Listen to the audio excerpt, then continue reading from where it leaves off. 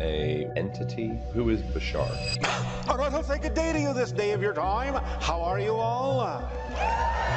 Bashar presents himself as an extraterrestrial being, and what's happening is a telepathic connection that allows me to act as a translation device for his thoughts.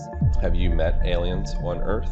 There are hybrid beings among us that are helping us. They look human enough that they can blend in. In about 2 years, we're going to actually have official open contact. Darryl Anka, thank you for making time to be here. It is my pleasure. Thank you for having me. Darryl, what does it mean to be a channel? Can any person channel? What is channeling in the first place? Everyone does channel from time to time. When you're doing something you love to do, when you're in the zone, so to speak, things are flowing, you're not really feeling or paying attention to the passage of time, you're in a channeling state. The channeling state is in the brain called gamma, which is between 40 and 100 cycles per second of brainwave activity or higher.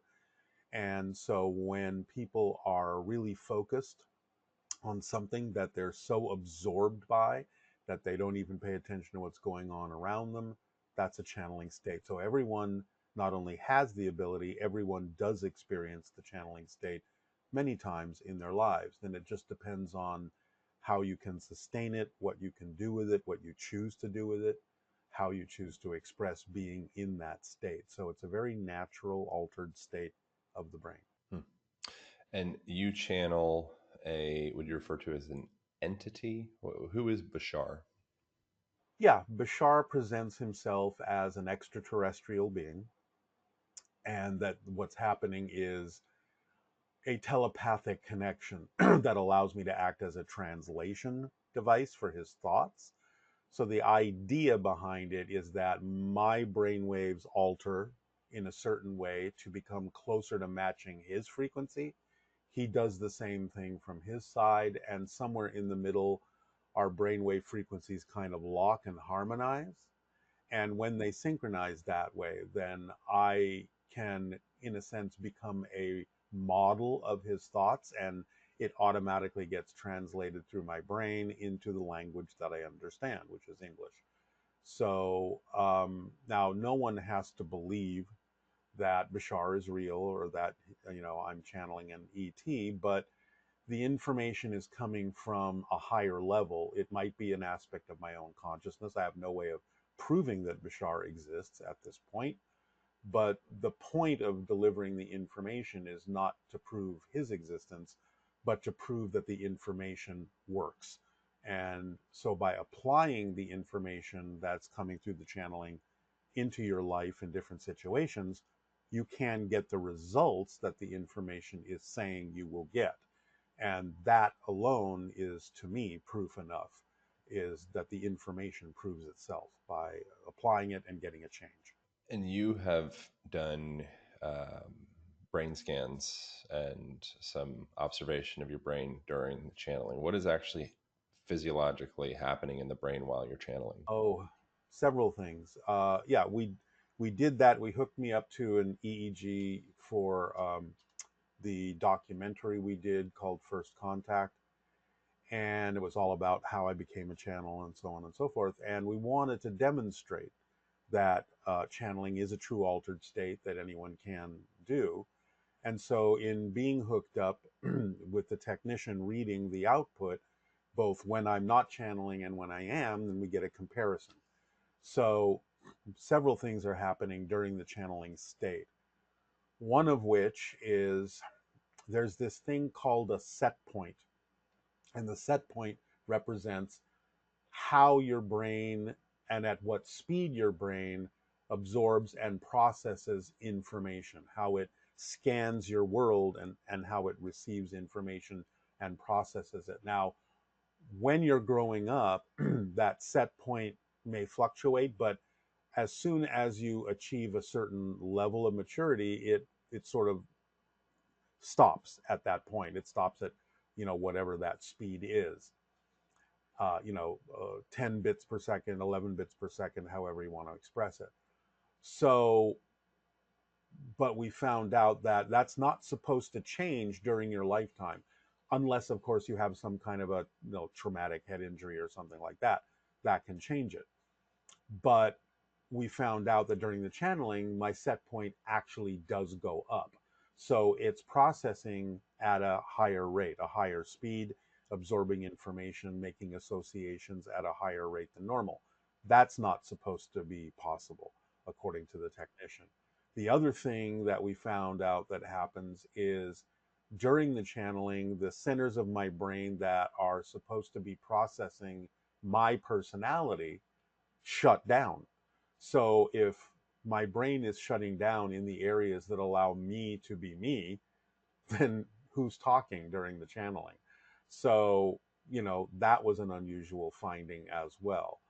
And there are several other things that, we discovered that probably would be better for a technician to describe. Hmm. From Bashar's perspective, or your perspective, or your collective perspective, what is the afterlife like for human beings? Or is there such a thing as an afterlife? Yeah, absolutely. And in fact, the idea that it's an afterlife is kind of a misnomer. In a sense, this is the afterlife because our natural state is spirit. We're non physical consciousness, we're energy. So the idea of creating a physical experience is really the secondary level of our existence. We're in spirit right now. We never leave spirit. That's our natural state.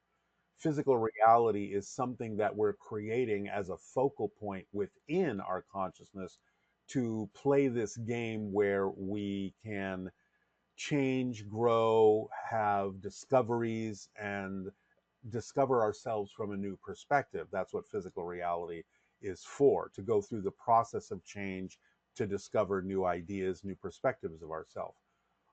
In spirit, it's a timeless state, nothing changes. So we create this experience that's sort of almost like a daydream within our consciousness, and we call this daydream physical reality. And no matter how real it seems, it's really just a projection of our consciousness. So our natural state is spirit. And therefore, when we're done with the physical experience, when we've set up our entry time, being born, and our exit time, dying, all we're doing is really just sort of waking up from that daydream and expanding back into our full soul self and remembering who we are and that we created this experience for our own purposes. So, yeah, there is what we typically call an afterlife. But from Bashar's point of view, that is actually our real life. What is the function of forgetting who we are? So that we can remember who we are from a new point of view. Like I said, in spirit, it's timeless. You can't really change. You have access to everything. So by forgetting who you are, by narrowing down your consciousness to this particular life path focus, you can discover new things and expand and grow and change and see yourself from a different perspective. Because the idea is that the structure of existence never actually changes. It is what it is. What changes and what allows creation to expand is our experience of it, our relationship to it, our perspective of it. So, creating physical reality is the mechanism that creation uses and that we use as aspects of creation to actually expand creation, to keep going, to keep experiencing itself in all the ways that it possibly can. So, that's really why physical reality exists. Is there any type of objective reality outside of the self, or is everything a projection being manifested from an individual point? I.e., is there no such thing as another person? Is everything me? No, no, no, no, no. There are other beings. Yes, there are other aspects, but what we're creating is our projection of them, our interpretation of them. We actually have an analogy of that going on right now. You're not seeing me directly. You're seeing an electronic recreation of me as I'm seeing an electronic recreation of you. But we're real people interacting through this interface. So look at physical reality in the same way. It's an artificial interface. We create our version of everyone else based on what we need to see of that being as they do the same for us. just as I'm perceiving your electronic image in the way that my computer interprets it, and you're seeing mine in the way that your computer interprets it. So physical reality is sort of structured the same way. Hmm. Are you and I and everyone else listening to this and everyone on the planet connected right now? And is there some objective way to measure that? Is there a tangible connection between all beings?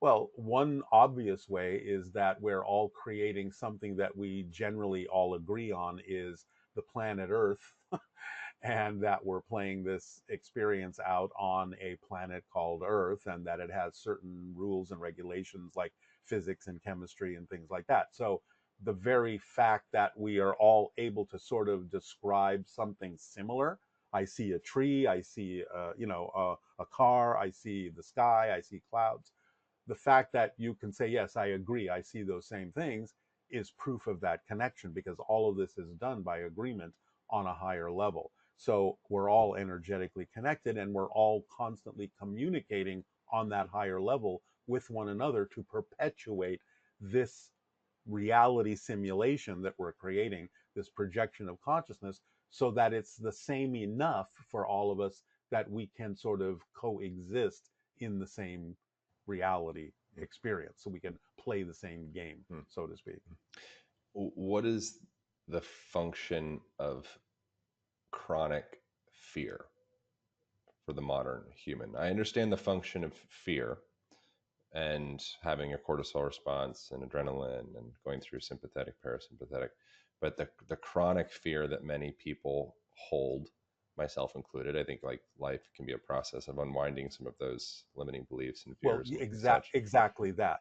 Exactly that. It's a process. It's the challenges that we set up for ourselves based on how we have orchestrated our belief systems to create those challenges so that we can learn to transform them, so we can learn to overcome them. So the idea of something that's chronic is usually representative of we haven't found the belief system within our consciousness that is constantly perpetuating the same challenge over and over again. Because you see, the idea is that our physical reality experience is sort of determined by what we believe to be true, what we've been taught to believe is true. So what we buy into as a belief is what reinforced, I would say, by the idea of the emotions that make it feel real, by thought patterns that make us think it's real, by behaviors that make us behave as if what we're getting in this belief is real. And then, of course, we get the reflection from physical reality Mm. that it is real because we get an effect from it. So something that's chronic is simply the same belief repeating over and over again, creating the same reinforcing conditions because we haven't figured out what that belief is and why we're holding on to it. So when we discover what that belief actually is, what we're really afraid of, and we realize that that's just a story we're being told by a negative belief so it can perpetuate itself, then we can realize that we don't have to pay attention to that story. You see, this is how beliefs are structured. If we don't have something we believe to be true, we can't have a physical reality experience because physical reality isn't real. It's not a real place unto itself. It's a projection of our consciousness. So the belief systems that make up our physical personality while we're experiencing physical reality have to perpetuate themselves to constantly keep physical reality re-energized, seeming like it keeps going on, it keeps playing out. So positive beliefs we don't have a problem with because they reinforce themselves in positive ways. But negative beliefs, mechanically speaking, are simply designed to use negative methodologies to reinforce themselves. And one of those negative methodologies is making you too afraid to let it go, making you too afraid to move forward. So we constantly loop into this constant fear of staying exactly where we are, even though it may be very uncomfortable, because we have a deep seated belief somewhere that if we let it go and move ahead and change ourselves, something worse will happen. That's the story the negative belief is telling us, so we won't let it go. It's not a fact that something worse will happen. It's just what the negative belief is getting us to believe so that it can continue to keep perpetuating itself. Once you understand that that's how the mechanism works, you can go, oh, that's just a story. It's not a fact that something worse will happen. And you can start investigating yourself and sort of analyzing that belief and realizing that it really doesn't make sense. And once it doesn't make sense, it's gone. What about feelings and stored energy within the body? Where approaching it, can you approach everything intellectually, or are there some energies within that need to be somatically released in order to I think, yeah, it depends on the person and it depends on how they've stored those beliefs and how it's affected the idea of your physical form and what works best for that person's belief system. Some people may be able to approach it intellectually. Some people may need a physical, visceral experience of releasing it and getting in touch with it. It just depends because, again, anything physical is the result of patterns of energy. So some people may have easier access to those patterns of energy by utilizing the body, and some people may be able to just utilize the mind. It really depends on the individual. what about with yourself? I think that, people look to you for divine information in sorts, or to Bashar. There could be assumption that since you have integration with that, you have all Mhm. the answers. You are in a state of I don't have liberation, all the answers. I samadhi. don't have all the answers, neither does Bashar, but Yeah. he has a evolved point of view. He has a heightened point of view by being part of a society that is more evolved than humanity. So they have more experience at this. They have more experience at experiencing how these concepts are applied and how they work. But for me, since I have, I've been channeling him for 40 years, over 40 years, and so a lot of his understanding has rubbed off on me, and I apply it that way. So I don't need so much anymore the idea of dealing with it from a physical point of view. I can pretty much understand how what's happening is happening and how it's working. And I can, in a sense, just sort of mental myself through it, in a different way at this point, just in the same way that he would. So yeah, I would say I'm becoming more like the way he handles things as a physical being. But again, whatever works for you is what works for you. Is there anything you struggle with that's shareable? I wouldn't say I struggle at this point. I do have challenges like anyone, but Bashar has recently talked about, the way that you handle challenges is, first of all, to understand you set them up on your life path for the purpose of stretching your soul, growing yourself, expanding yourself. So if you face any challenge calmly, with confidence, with curiosity, knowing that there is information there for you that will benefit you, and creativity, you can always figure out what the challenge is about. You can always use it to your advantage. So in understanding that, that's the way I face challenges. Is I don't, anymore after years and years of this, go into any kind of a panic mode or anything like that, or a worrisome mode. I just go, oh, here is something that's unexpected. Here's something that I'm facing. If I stay calm, I stay in the right state of being, and I face it with curiosity, like, what is this all about? How can I get an advantage from this? What's the lesson here? What am I going to learn? And I use my creative imagination to go through it and say, well, maybe it's for this, maybe it's for that. How can I use it this way or that way? Um, then by understanding that it can always work to my advantage, there's absolutely no reason to go into a negative or worried state about it. Because as Bashar often says, it doesn't really matter what happens that makes the difference in your life.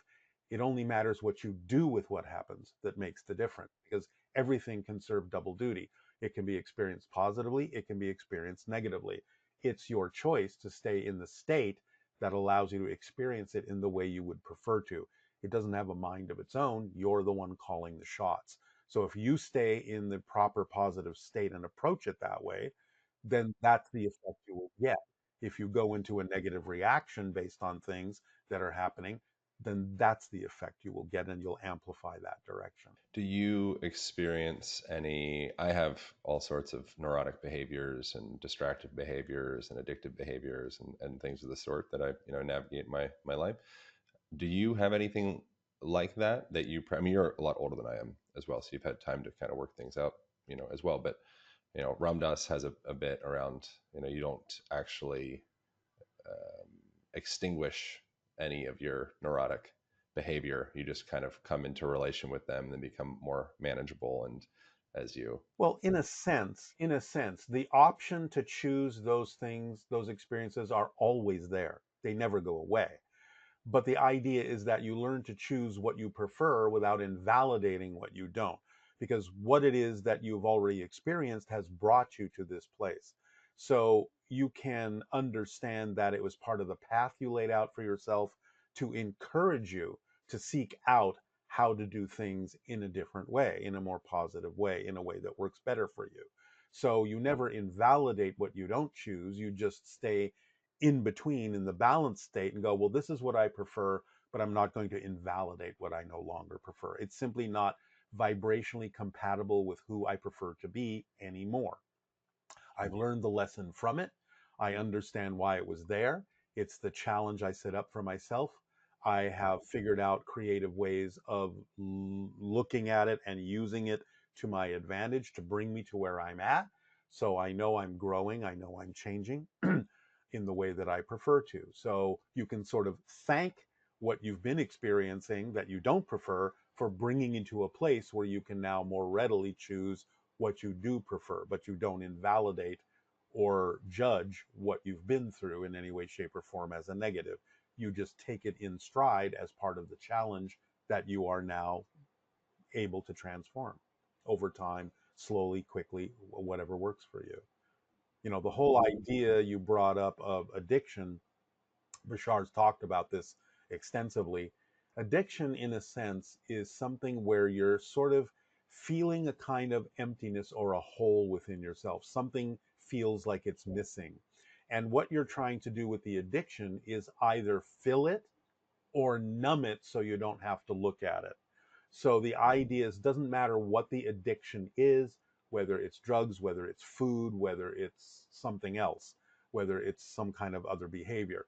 The idea behind all of that is that you have a belief about yourself that creates a feeling of disconnection, a feeling of emptiness. And an addiction is just an attempt outwardly to try and get rid of that, to try and satisfy that, to fill that hole, fill that emptiness. Or again, conversely, you don't want to look at it, so you try to do something that keeps numbing it so you don't have to pay attention to it.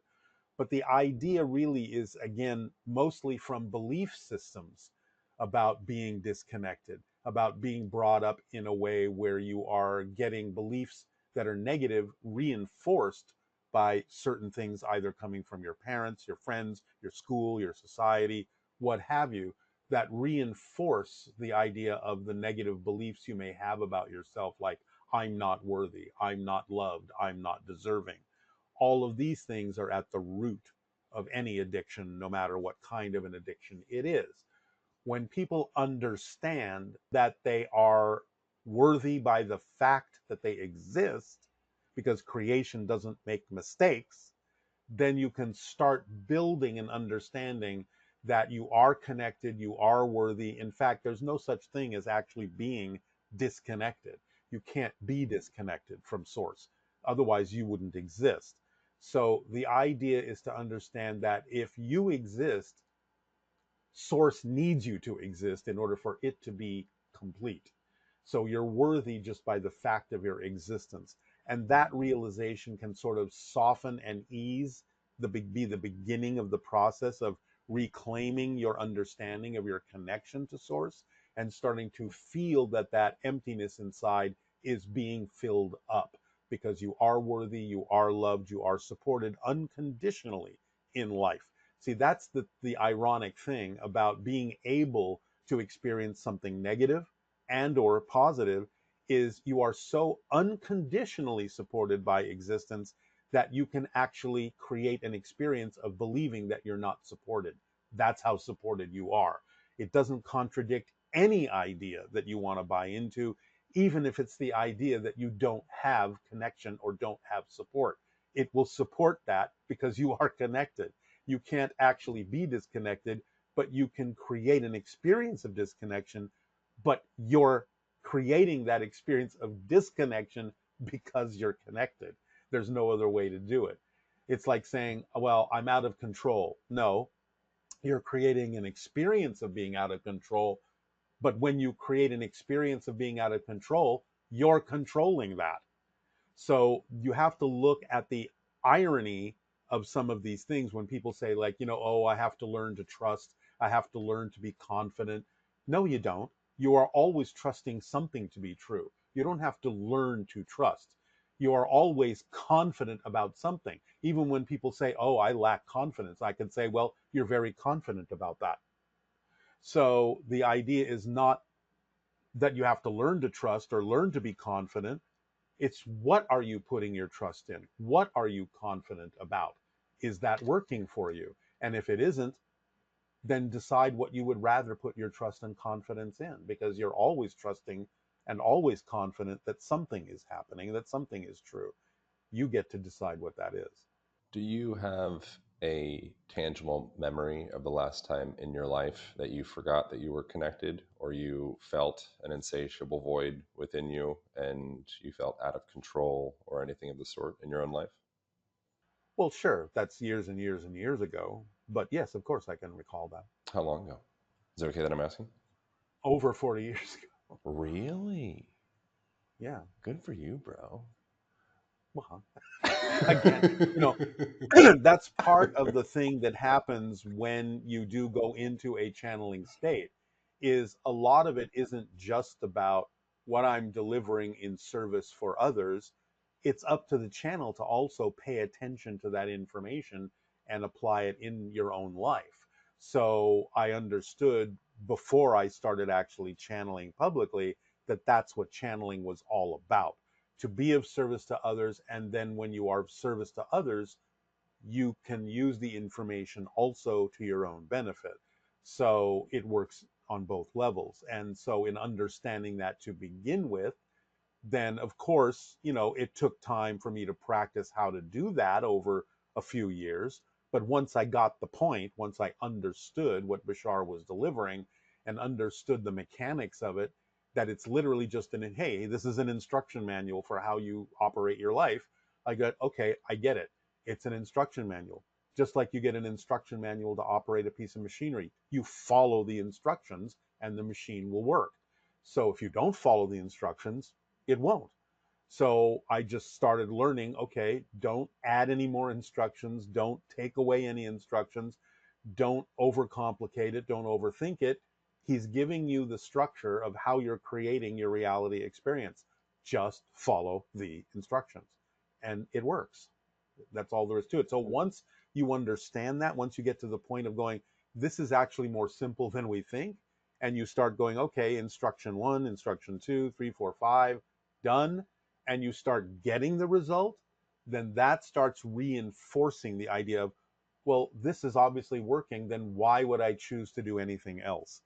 That's where you get to. It's not like, is this working? It's like, nothing else is actually what works.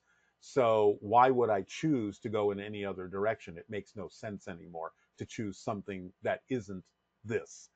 So yeah, it's been a long time since I've experienced that level of concern over what it is I need to do when a challenge comes up. I know exactly how to approach it and it changes things. So why would I do anything else? Who was Darryl Anka 40 years ago? And was there an instantaneous transition of sorts where you kind of came into a moment of, I don't worry anymore, or if I do worry, I just am able to acknowledge the worry and still hold like an observer perspective on this and move forward in a positive way? That's what happened in the first few years of the channeling. That's what I'm saying. It went from, a typical human reaction to things to going into more of that neutral observer mode to then going into nothing else makes sense. So now I just approach it that way. Now it's become what, people say second nature to approach things. It's actually first nature now, but it just becomes my automatic response. When something comes up, I don't go into worry because I know that doesn't work. So it's been ingrained in me long enough that when a challenge comes up, I just react and respond in the way that I have now been trained to for decades. What changed for you? Well, that's what I'm just explaining. It's the understanding that this is what works. How did the understanding arise? Was there a moment? It's a process. So, in other words, when you apply the information and you get a result, that's an aha moment. You go, oh my God, this actually works. And that starts reinforcing your ability to go, well, then let's try that again in this challenge. And let's do it again in this challenge. And you start seeing that it keeps working. So, it can be an aha moment, but at the same time, if you just keep practicing that, then it becomes more ingrained and becomes your natural response to things. Why do you think so many people? Why is suicide rates so high? Why it feels to me like many people, statistically are suffering, and then I think there's probably a much broader, quiet suffering that's arising in culture, and there's a lot of other things happening as well. It's from everything that we just sort of touched on. The idea that people feel disconnected, feel disempowered, feel that they're not in control of their lives because there's a whole bunch of beliefs that are probably in their unconscious mind that they're unaware of that are driving their behaviors and driving their thoughts and their actions and their feelings. See, the idea is you can't have a feeling without having something that you believe to be true first. The belief is the blueprint. It reinforces itself with emotions and thoughts and behaviors to make it seem real. Whether the belief is conscious or unconscious doesn't matter. The point is, it's the feelings are secondary. There's no such thing as a feeling without having a belief or a definition of something being true first. A way to illustrate this is take a word that you don't know the meaning of. And if you look at that word and somebody says, well, how do you feel about that? You go, well, I don't know, because I don't know what it means. So I don't have a feeling about it. But when somebody tells you, well, the word means this, and now suddenly you understand what the word means, now you start feeling a reaction to it. You start having emotions about what the word means. So without having that definition, and buying into that definition as being true, you don't generate emotions, you don't generate thoughts, and you don't generate behaviors. This is why, if you don't prefer what your thoughts, feelings, and behaviors are, you can always trace them back to having a belief that is out of alignment with your true natural vibration. So you can ask the question, well, what would I have to believe is true about myself in this situation in order to feel, think, and behave the way that I am feeling, thinking, and behaving? What would I have to believe is true about myself to get those emotions, those thoughts, and those behaviors? You can work it backwards and find out what that belief is if you're willing to explore it and willing to listen. The answer will come up because you're pulling it from your unconscious mind. You're not leaving it there. By being willing to investigate yourself and ask that kind of a question, then you will pull it from the unconscious mind if you're willing to hear the answer. Or you can conversely ask, well, if I did move forward, if I did let go of this behavior, if I did let go of this feeling, if I did let go of the belief that's generating these feelings, thoughts, and behaviors, what am I afraid might actually happen? Because if you're afraid that something worse will happen, you'll stay exactly where you are. You'll never move forward because we always move in the direction of what we believe benefits us, and we always move away from what we believe does not. But the key word is what we believe benefits, what we believe does not. So if you actually believe that something worse will happen if you move forward in the way that you say you might want to, but you think that's going to cause a catastrophe, you'll never move forward. You have to find out, why would I believe that something worse will happen if I move in the direction that I prefer? That's where you start investigating, where did I get this belief from? Did it come from my parents? Did it come from my friends, my society, my schooling? Where did I pick this up from? Because it has nothing to do with me. It has to do with other people's issues that I picked up along the way because I needed to survive. So I needed to blend in, I needed to fit in, I needed to buy in to their scenarios, their belief systems in order for them to take care of me.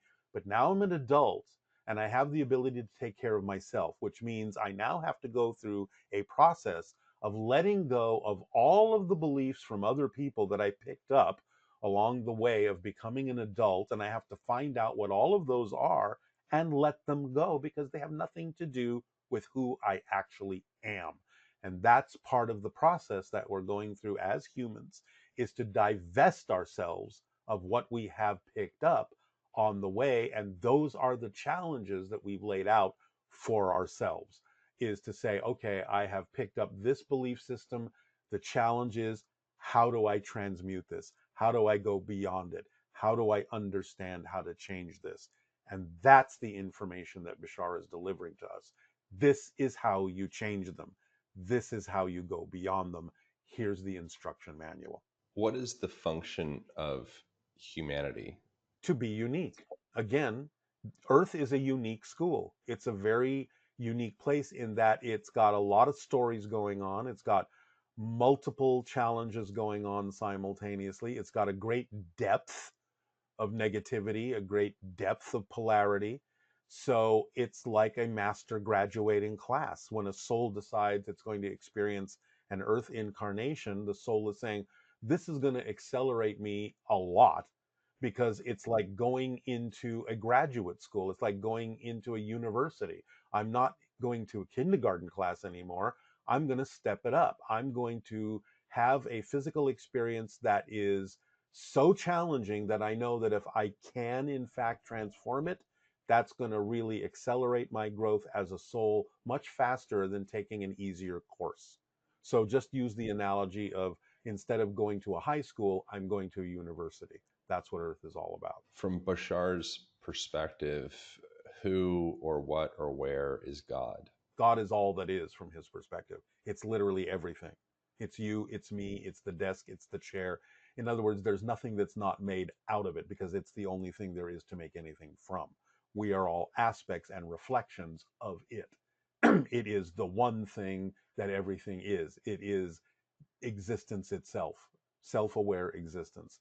And therefore, everything is made of it. So we are all aspects and reflections of it. It's all that is.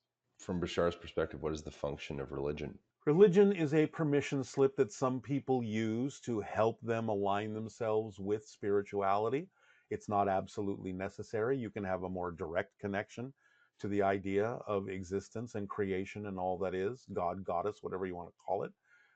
Religion is simply a way that some societies needed to understand their relationship to existence, their relationship to all that is. But it's not now, in this modern day and age, absolutely a necessary way of relating. But some people get a benefit from it. It simply falls into the category of what Bashar calls permission slips. Any ritual, any discipline, any technique, any object that you believe helps you move forward, aligns you with who you prefer to be in an easier way, is like you using something to give yourself permission to be that person, to be who you want to be. So if you want to use religion to do that, fine. If you want to use some other methodology to do that, okay. But the idea simply is that sometimes religions, because of the nature of how they're structured, can be more like a disempowering thing in a way, because it's like saying, well, you need the go between, you need the mediator, you need the priest, you need the rabbi, you need this person to be an intermediary interface between you and God, you and all that is. But you have that connection yourself anyway. So it's up to you to decide whether religion works for you as a system of allowing you to feel connected to all that is, or whether you can just understand that you are connected and do it in a more direct spiritual way. It doesn't really matter what you use, as long as you use it in a beneficial way and being of service to others. I don't know if you've ever asked Bashar this, but the meaning of religion comes from religio, which I believe means to connect or unite, connection, I believe. Well, that's Uh, the original idea. yeah. Yeah.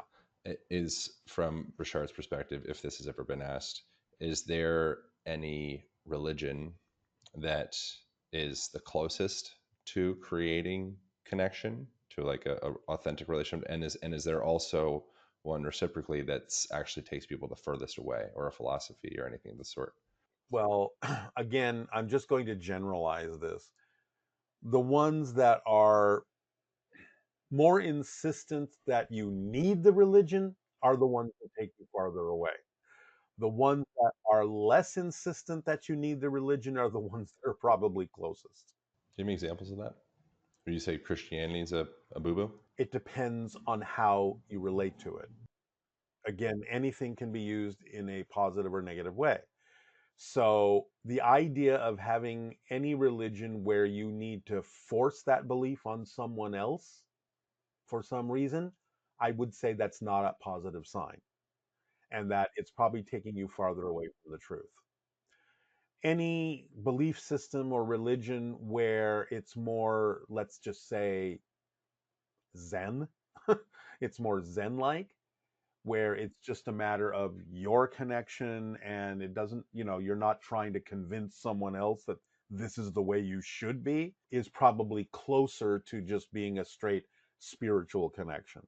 So again, that's a generalization, but it's how people use these things, because obviously someone who professes to be a Christian can be a very loving, helpful person, very kind and supportive, and they're not trying to convince you that you have to believe the same things that they do. If it works for them and makes them become more of who they want to be as a loving, kind, beneficial person, great if they're using it that way.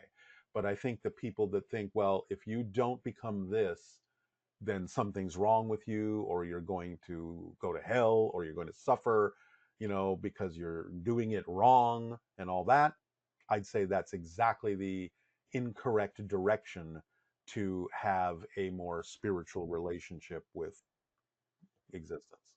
It feels like the root of at least Christianity, or my assumption, probably most religions, probably are quite a bit more Zen like. And then it seems like perhaps they've been co opted by people along the way that use it as ways to create nationalism and tribalism and It's been divisiveness. politicized for controlling purposes and all sorts of stuff. Of course, Yeah. the root of every religion probably has a kernel of truth in it. Yeah. And in a lot of ways, I don't believe myself personally that Christianity is what Jesus was actually trying to say. So, what it's become, I don't think is what it actually was originally. And when you read things like the Gospel of Mary Magdalene, you get, I think, a closer representation of what Jesus was originally saying, which, if you actually look at it, is actually very metaphysical. So the idea of it, becoming this hierarchy of controlling, levels and political influence and all this kind of stuff is absolutely not what it was, I think, originally intended to be. It was basically Jesus saying, look, all the things I'm doing, you can do too. This is all within you. That's really what it's all about. But the idea that if you don't follow me, if you don't believe in me, you're going to go to hell, I don't think has anything at all to do with what he originally said. I think it has everything to do with what you're talking about in terms of this group of people needs to control that group of people. So we're going to tell you that if you don't listen to what we're saying, something bad's going to happen to you. I don't believe that that's absolutely true. I think it's just a manipulation. Yeah. If a religion perpetuates division, it's probably been molested in some way or like shifted. It's been co-opted. Yeah. Yeah. If it promotes you being a better person, a kinder person, being of service to others, being a loving being, then fine, you're keying into the aspects of it that can maybe help you in that direction. But that's all there is. And when you realize that that's all there is to it, then you can kind of be a kind, loving being of service without the religion. Yeah. I don't know if I use molested in the right way. In Spanish, they like molestar. I live in Miami. Like molest is like Yeah, annoy, well, bother, whatever. okay, it's been like co-opted. disturbed. Not its original form. So that's original form. What does Bashar think Yeah, about the story that we have of human evolution? Is that right? Where did humans originate from? that's a big story. Okay, first of all, we can go way back to just after the earth itself was formed, and you understand that there's this thing called panspermia. You know what panspermia is? Yeah, we're all fungus from space. generally speaking, a lot of genetic material came from other places and landed on planets where the environment was conducive to that genetic material evolving. So, in a sense, to begin with, we're all extraterrestrials from other extraterrestrial sources. But let's just set that aside and say, okay, whatever the source is of the naturally evolving life on Earth, at a certain point, it evolved into what we would call early hominid forms, like Homo erectus, things like that, a few million years ago. At a certain point, apparently, those beings were genetically altered by an extraterrestrial race to become Homo sapiens sapiens. So, Who was the in race? that sense, Does they have a name? well, what's what referred to as the Anunnaki in ancient texts, Right. the Watchers, whatever you want to call them, some other beings from out there, according to a lot of religious texts and scrolls and things like that, whatever you want to call them, arrived on Earth and for whatever reasons decided to alter our genetic makeup to suit themselves, to And make us more like them. and they were giants. Is that right? Is that who the Anunnaki were? I They're big. understand that they probably had a larger stature than we do and lived longer than we do, which is probably why humans thought they were gods. Hmm. They're just advanced extraterrestrials. Hmm.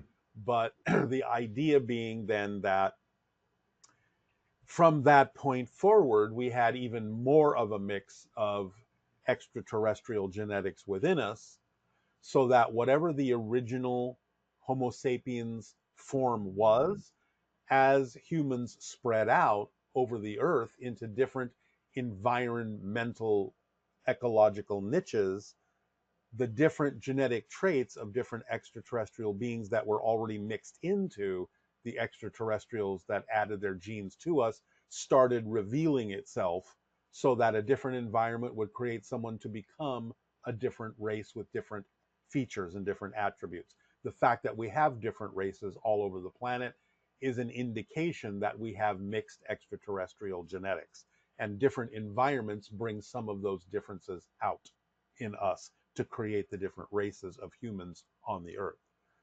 But now we can actually add in something else, and that is what people have referred to as the alien abduction phenomenon, where now you have even more genetic manipulation going on, apparently for the purpose of creating a hybrid species, a more advanced version of humanity, maybe not only for the race that's doing it, that's hybridizing, that's creating the hybrids for themselves, but also for humanity as well, as part of our evolutionary path to upgrade us, to move us forward.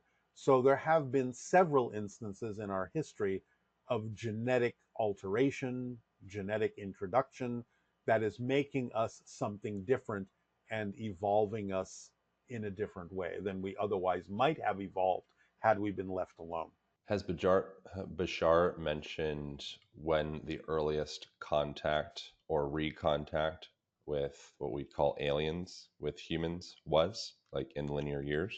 Yeah, he's saying it happened. This initial introduction of genetic material by that Anunnaki extraterrestrial race was probably somewhere around 500,000 years ago, 300,000, 500,000 years ago. That's when we find in the historical records, or in the geological records or anthropological records, when suddenly there was this change in humanity. That's what caused people to say, well, where's the missing link? How did we get from here to there? And so basically what we're discovering is that the missing link is the extraterrestrial genetics that created Homo sapiens from Homo erectus. So about 500,000, give or take, years ago, this is something that happened back then. Are there a lot of different sects or species of extraterrestrial life? Is it in the tens and the thousands and the infinite? How many realms of other extraterrestrial life are there? If you want to, yeah, if you want to just include the idea of what's out in the galaxy or the universe, then yes, you're going to run into millions and millions. If you're talking about simply the ones that are engaged with Earth at this time, then you're probably talking about a dozen or so. Are they among us now? And if so, who are they? Who is Elon Musk? No, Elon Musk is a human. He's a dude? I'm not going into those conspiracy theories that they're disguised reptilians and stuff like that. Well, That's all well, nonsense and mythology. the reason I asked that isn't to go into a conspiracy. I mean, unless whatever. But the is because Elon has this obsession with going to space, and so I'm Yes. calling back panspermia, which part of the idea is Okay, we I we get have what a you're going. desire to Yes, go to I get what you're space. going. Yeah. I get where you're going. And a lot of people are evolving to the point where they are extending their consciousness because we understand that we are about to have open contact. So we have arranged our lives in a way that promote the idea that we need to go into space because space is also coming to us. Beings that live in space are coming to us. So a lot of humans are accelerated that way to make those connections because we all have extraterrestrial connections. Some people may be more in touch with that than others. Elon may be one of those. But the idea, generally speaking, is that there are hybrid beings among us that are helping us. They look human enough that they can blend in. And within a couple of years, is my understanding, not only from Bashar, but from other psychics who've predicted this independently of each other, in about 2 years, we're going to actually have official open contact where ETs will be introduced to us and it will be explained that they've been here helping us for quite some time. Have you met aliens on Earth? Not that I'm aware of. I may have, we all may have run into them or seen them, but we won't know who they are until open contact happens. Then it will be revealed to us who they are. Does extraterrestrial life have a benevolent um, relationship to humanity? The ones that are engaging with us, yes. Now, there are some that, let's just say, they're not malevolent, but they don't necessarily have a particular agenda to interact with humanity in any way that they're really concerned about. They're not trying to help us, but they're not trying to hurt us. So they're just kind of like doing their thing. They're observing, they're learning, they're taking whatever samples they need from the earth to study us. But most of the ones that are interacting with us are benevolent, and they're keeping a lid on anything that might actually not be. So they're watching out for us in that sense. Why does extraterrestrial life care about humanity? Well, it's what I said earlier. This is a unique school for souls to learn from. You have to understand that really advanced extraterrestrials operate on a vibrational frequency that's not that different from spirit. So they understand the importance of having a place and an experience that allow souls to expand, to grow, to evolve. It helps the entire universe, it helps them. So they're willing to treat us in that sense and even genetically understand that we're family and we're growing. It's the same way that you would say, well, I'm helping this child learn things and grow up. So by having chosen to experience an earth incarnation, they're saying, okay, we have your back. You're going to go through something that's going to teach you things, but it's also teaching other people things, other beings out in the cosmos. It's almost like saying, hey, you've come to a place that's a really tough school, a really challenging school. But if you can graduate, if you can master this, then not only are you learning something, but other civilizations who may not be facing the same degree of challenges that you are can look at you and go, well, if they can do it, we can do it. A lot of other beings can learn a lot from what we're experiencing here on Earth. How much of modern humans' technology originates from extraterrestrials? Transmissions of some sort. Yeah, I think some of it does. If not, well, let me say there's a couple of categories of this. Number one, some of it may actually be reverse engineered from craft that we have gotten our hands on that have crashed. Some of it may be literally being assisted by extraterrestrials saying, okay, here's the information, go ahead and develop this. And some of it may be that humans that have a capacity to tap into higher knowledge may be downloading information that they need to advance those technologies as well. So I would say on those three levels, we're probably getting a lot of help. How long has the government been hiding its awareness of extraterrestrial life? Well, I think definitely since just after World War II, because the granddaddy of all ET interaction kinds of things is what is known as the Roswell crash, in 1947. So I think definitely since then, if not a little bit before, because we already knew there were UFOs around before that, but we didn't probably have a lot of knowledge of it. But I think after 1947, when we retrieved a crashed ship that crashed outside Roswell, New Mexico, then we started going, okay, there's something to this, and we need to sort of keep this under wraps, either because we're afraid that people are going to panic if they know that this is happening and extraterrestrials exist, or we just want to keep other countries from knowing about this technology because we want this technology first. So, but at this point, a lot of countries and a lot of governments know this is going on. That's why you're starting to see all sorts of congressional hearings about this stuff and whistleblowers bringing it out. And it's time for people to understand that this has been going on for a while. So that by the time we actually have open contact in a couple of years, it kind of won't be that much of a surprise because it's been leaked out into our culture in any number of ways over the last half century. What is extraterrestrial life doing when it presents itself and then makes itself and then obfuscates itself? Like, what is the point of doing it? It's kind of like we like hey, why show itself? Getting you used to it slowly over time so you won't freak out. So the more we see UFOs, we go, okay, there they are. The more we hear more reports of people seeing aliens, it's like, okay, that seems to be growing and it seems to be a normal thing. And we're still here. Our lives still go on. They're not interfering or stopping us from having a life. So over time, we get used to it. It's how you get used to anything. You experience it little by little in baby steps over time until at a point it's kind of like the biggest secret that everyone already knows. So that by the time someone says, okay, it's time to introduce you to the ETs openly, you go, okay, yeah, we already knew this was happening. So no big deal. So, from Bashar's perspective, ETs are so considerate of humanity's experience that they are offering a form of exposure therapy to introduce themselves to Earth. Yes, because this isn't the first rodeo for the aliens. They've done this with other civilizations as well, if they're very advanced beings. They've made contact. Bashar himself is literally a first contact specialist. So he's done this with other civilizations. So they know how to do this. And for certain civilizations, they understand that time is essential for certain people and certain beings to get used to the idea that they're not alone in the universe.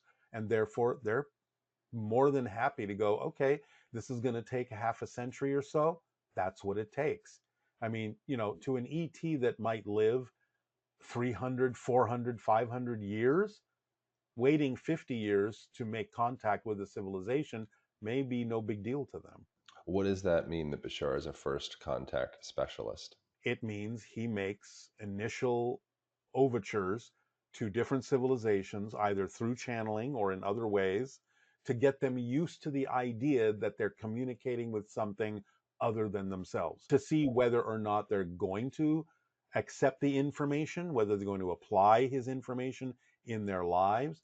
And he uses that as a measuring device, as a barometer for how willing we are to accept the idea of ET contact, how willing we are to evolve ourselves in the direction of having that contact, or whether would they need to leave us alone, whether we don't accept it. So a first contact specialist has been trained to find ways to open up a dialogue with a civilization and see if further contact is warranted or whether that civilization needs to be left to its own devices. I think I already asked in a certain way, and you'll probably get frustrated because I might be No, I won't get repeating frustrated. myself. I notice you I don't get. care. I notice you'll be short with people interviewing you sometimes. You No, say well, like, it's just, I already no, fucking I'm said just, that, asshole. No, I'm not going to say it like that. But the idea is I understand that, people come from a certain place. Uh-huh. And sometimes like Bashar will get a little bit more direct or blunt about it because he understands, look, you're very close to understanding this, so I'm just going to try and push you over that threshold. But if you don't go there, then I'm going to back off because it doesn't matter to me. But, yeah, sure, it's up to you, to decide whether to absorb the information or not. So that's your call. All right, so I'm gonna risk. I think probably potentially ask the same question again, but is there if why is it the extraterrestrial wants to come in contact with us because of like the level of consciousness of the human experience? Or are we're like especially special in this whole grand galaxy scheme of things? In certain ways, yes. Like I said, this is a master graduating class. It's a Well, university. It's for souls that want to really advance.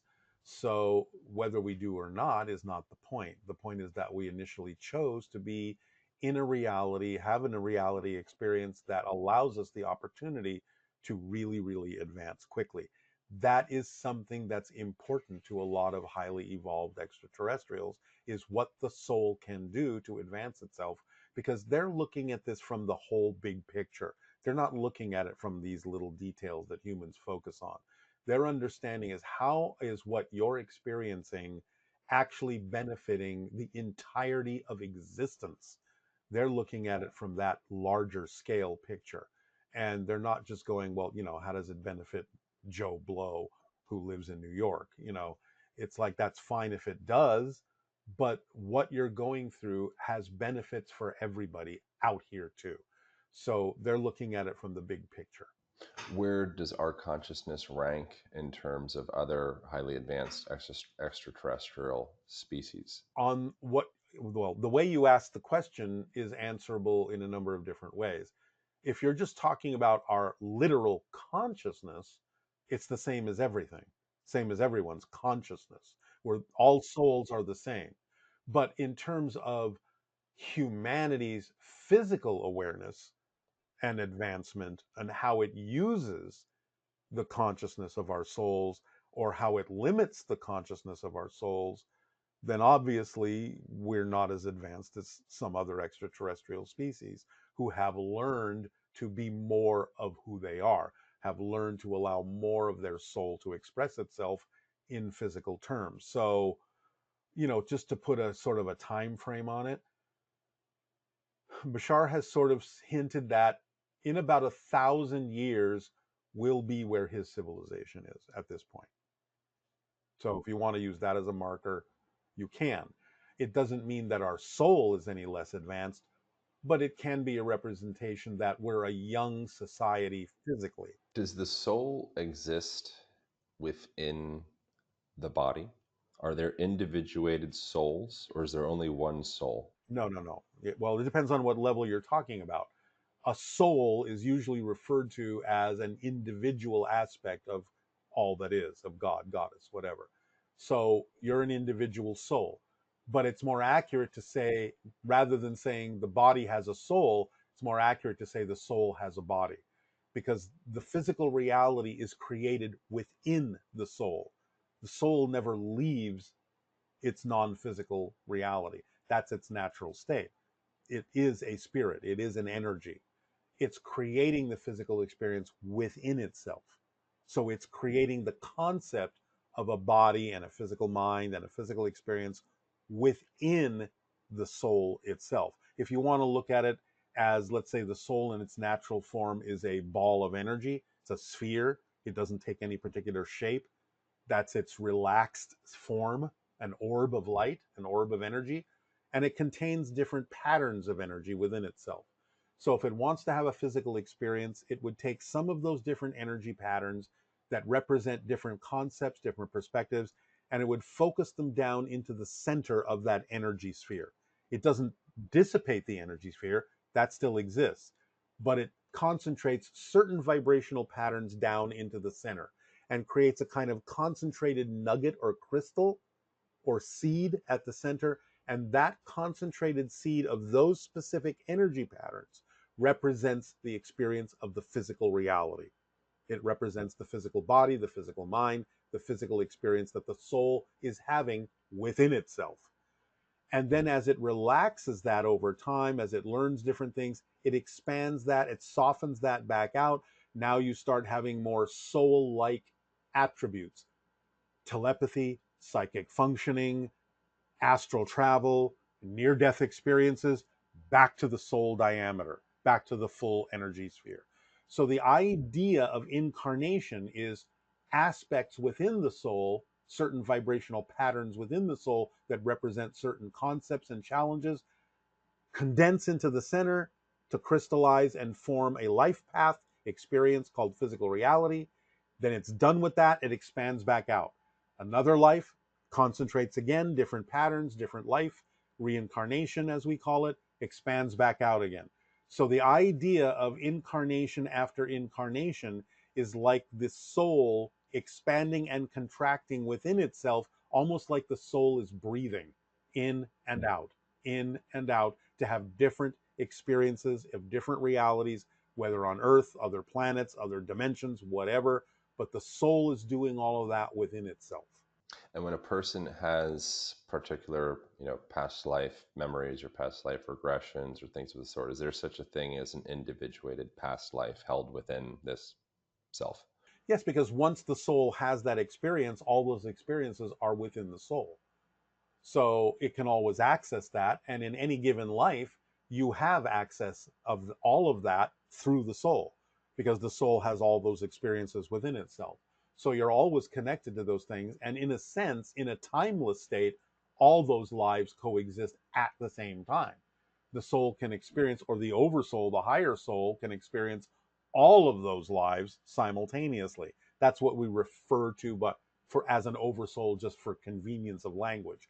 It's the idea of a higher level of soul that can actually experience all of its incarnations, all of its experiences, all at once, all at the same time, instead of linearly one after another.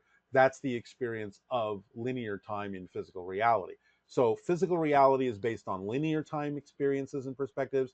The soul is flexible time, where it can experience the idea of linear time, but can also experience simultaneous time. And then the idea of the oversoul is it only experiences everything all at once, simultaneously, like a mini version of what you would imagine God would be like, experiencing anything and everything. So would it be accurate to say that every individual has experienced, if you're try to conflate like the linear perspective into a broader reality, every individual has experienced every past life and every future life, and we tune in to maybe possible channels or like frequencies and have memories of, it feels like a linear past life, but in fact I Yes. have experienced all lives. Yes, you're tapping into what exists simultaneously with you. And because you're tapping into it from a linear perspective, we translate that as a memory. See, this is why, the old chestnut of, 50 different people saying, "Oh, I was Cleopatra," is possible because they're just tapping into another being that exists in its own right, that still is accessible to anyone and everyone because it exists forever on a certain level. So 50 different people can tap into the idea of the experience of being Cleopatra. It's just that from our linear perspective, we often translate that as, oh, well, that's a memory, which means I was Cleopatra. No, it just means that you, like 50 other people, can simultaneously tap into the being known as Cleopatra because she always exists on some level. From Bashar's perspective, have you ever asked him anything about Hitler? Who was Hitler? Why was he so angry? Is there such a thing as evil? Bashar sort of touched on that a little bit, and he's explained it's not so much the idea of what we typically label as evil as it is the idea of someone who lives in fear. And when someone lives in fear, when they feel that disconnection, that emptiness, they try to lash out. They try to make a connection, but they don't know how to make a connection in a positive way. They only know how to make a connection in a fear based way, which means they try to control others. They try to control their environment. They try to limit things in a way that they can feel that they're in charge, that they're in control, because they feel so out of control to begin with, that the only way they can imagine being in control is to control their external experience rather than going within and allowing themselves to find the connection and the control that exists inside for everyone. So it's not so much the idea that someone is evil in the way we classically mean it, but these individuals are kind of like lost. They are out of control. They are in deep fear. They feel disconnected. They feel totally lost, and they're trying to control their environment as a substitute for finding that connection within themselves. And some people can do that a little bit, and some people can do that if they're in great amounts of fear. They feel really out of control. They can do it a lot. So it's about teaching these people and teaching humanity how to experience the connection that they always have to source, and connect to that and use that in a way that would make it unnecessary for them to feel like they have to try and control others in their outer environment in order to feel their self empowerment. That's what they're trying to do. They're trying to feel powerful because they don't feel they are. They don't believe they are. And so they try to control their environment in order to get this illusion of power. But it's just an illusion. Is there any such thing as a mistake? Was Hitler perfect? Were concentration camps a perfect part of this design? Is everything right, or is there anything that's like, ooh, In the sense, it's not a mistake, but in the sense that something is created that's an opportunity for humanity to learn lessons from it. So I'm just going to put this on a really super simplistic level. These beings chose to have the possibility of an experience where they would act out in a way that allows humanity to learn how not to have that happen ever again. So, because of what humanity was at that point, it needed someone to be the bad guy in order for humanity to learn how to say, okay, what do we have to do within ourselves? What do we have to change about our understanding of ourselves so that this never happens again, so that no people like this ever have to play that role again? We obviously don't learn that lesson very quickly because things like that keep cropping up. But that's the thing I talked about before, where, okay, the soul is infinite, it's eternal, and it's like some soul will choose to play that role over and over and over and over and over and over again until humanity finally gets the point of, hey, we need to figure out how to address this in a way that actually addresses the cause of these things and not just the symptoms of these things, so that we actually know this will never happen in humanity again, and no soul ever has to play that role ever again. if there was, we can wrap up here in a minute. Is there any, if there was a single truth that you've learned from Bashar that could potentially uh, maybe liberate humanity to a higher degree, uh, what would that truth be if everyone believed it? We have to understand that we are always in touch with our soul, and our soul is guiding us through life. And it guides us through the sensation that we call passion, excitement, creativity, and love.